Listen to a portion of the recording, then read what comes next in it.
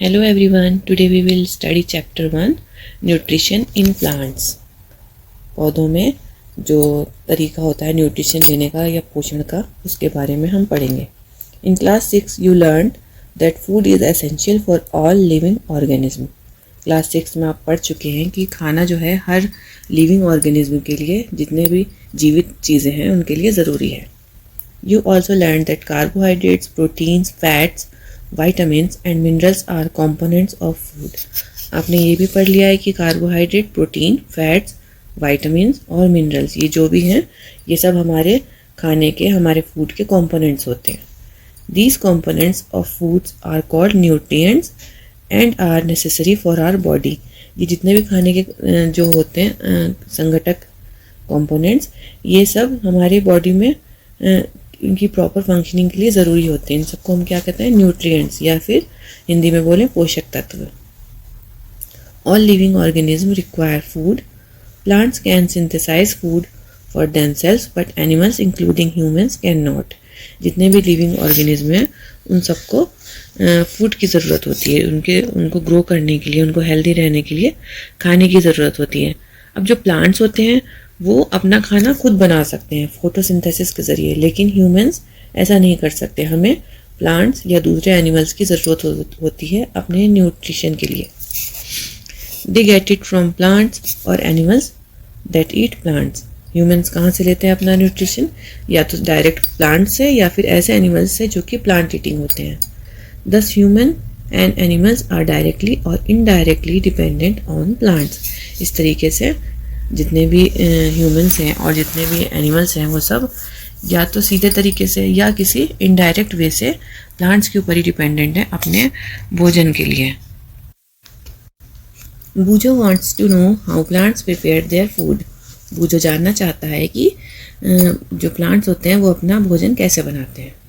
तो mode of nutrition in plants, plants में क्या तरीका होता है न्यूट्रिशन का, वो देखते हैं। Plants are the only organism that can prepare food for themselves by using water, carbon dioxide and minerals।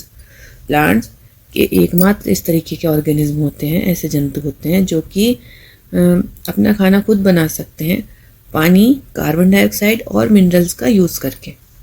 The raw materials are present in their surrounding. और जो रॉ मटेरियल होता है कार्बन डाइऑक्साइड, वाटर, ये सब उनको अपनी surrounding से, अपने आसपास से मिल जाता है।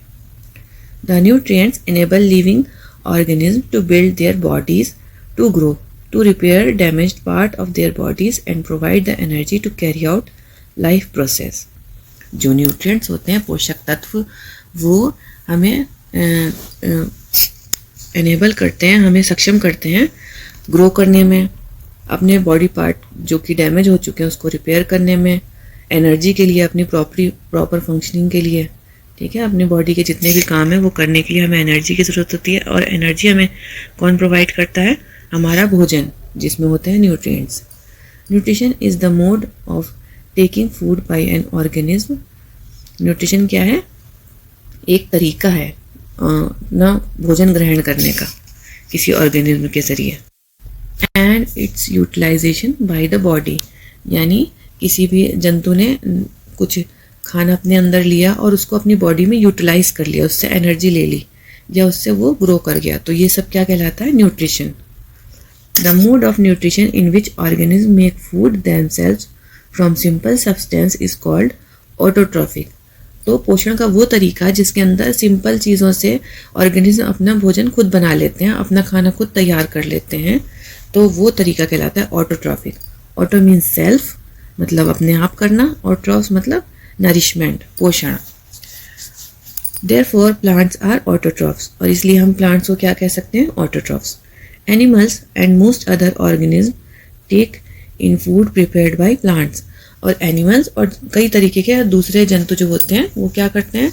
वो अपना फूड प्लांट से लेते हैं। दे आर कॉल्ड हेटेरोट्रॉफ्स, और इस तरह के ऑर्गेनिज्म कहलाते हैं heterotroph. Photosynthesis, food making process in plants. Photosynthesis क्या है? एक ऐसा प्रोसेस है जिसके ज़रिए प्लांट्स अपना भोजन बनाते हैं। Leaves are the food factories of plants, therefore all the raw materials must reach the leaf. जो खाना बनाने की मेन फैक्ट्री है प्लांट्स की वो होती है उनके पत्तियाँ। तो इसलिए जितना भी रॉ मटेरियल होता है फोटोसिंथेसिस का वो लीफ तक पहुंचना चाहिए। Water and minerals present in the soil are absorbed by the roots and transported to the leaves. जो पानी और मिनरल्स मिट्टी में मौजूद होता है वो जड़ों के द्वारा एब्जॉर्ब कर लिया जाता है और फिर उसको पहुंचा दिया जाता है पत्तियों में। Carbon dioxide from air is taken. जो हवा के अंदर कार्बन डाइऑक्साइड होती है वो भी एब्जॉर्ब कर ली जाती है through the tiny pores present on the surface of the leaves.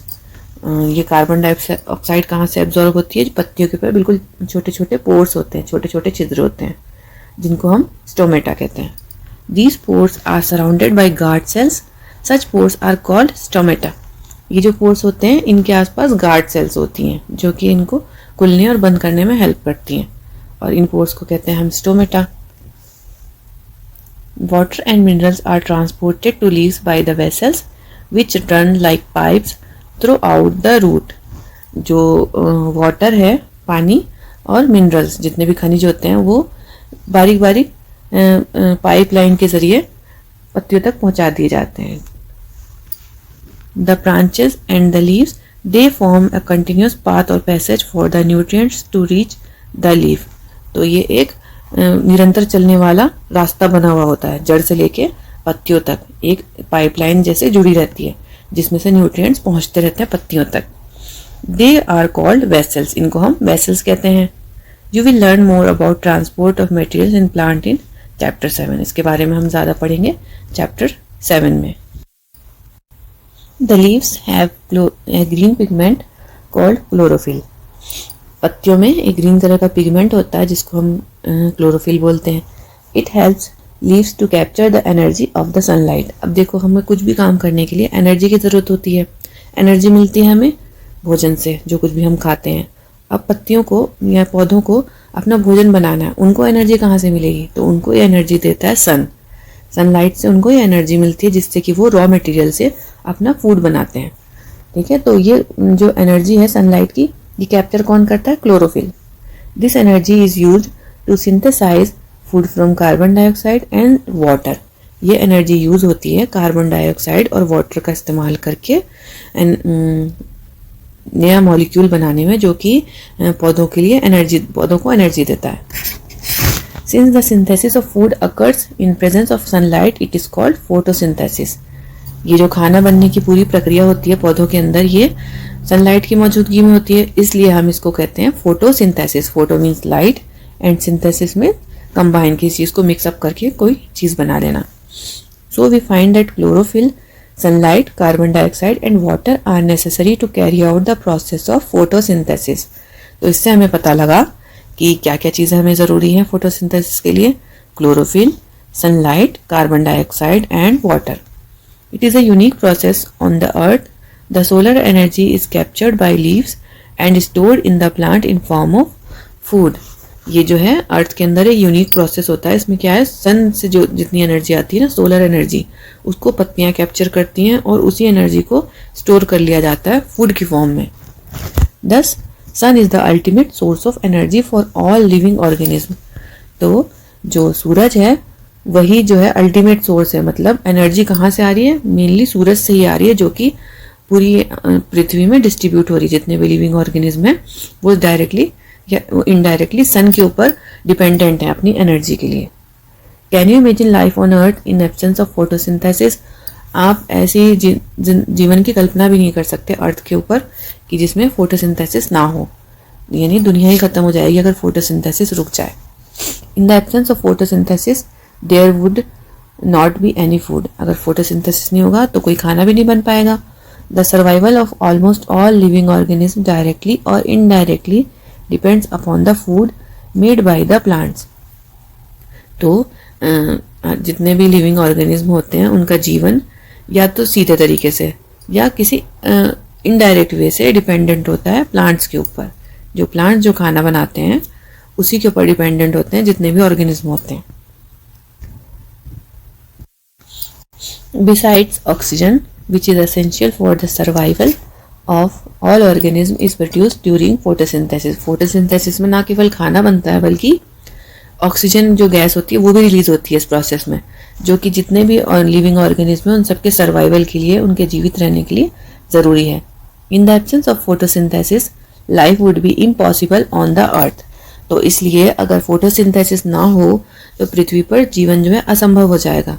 यहाँ पे कल्पना भी नहीं की जा सकती जीवन की, क्योंकि खाना भी हमें फोटोसिंथेसिस से मिल रहा है और जो सांस लेते हैं हम उसके लिए ज़रूरी गैस ऑक्सीजन वो भी फोटोसिंथेसिस के ज़रिए ही हमें मिलती है।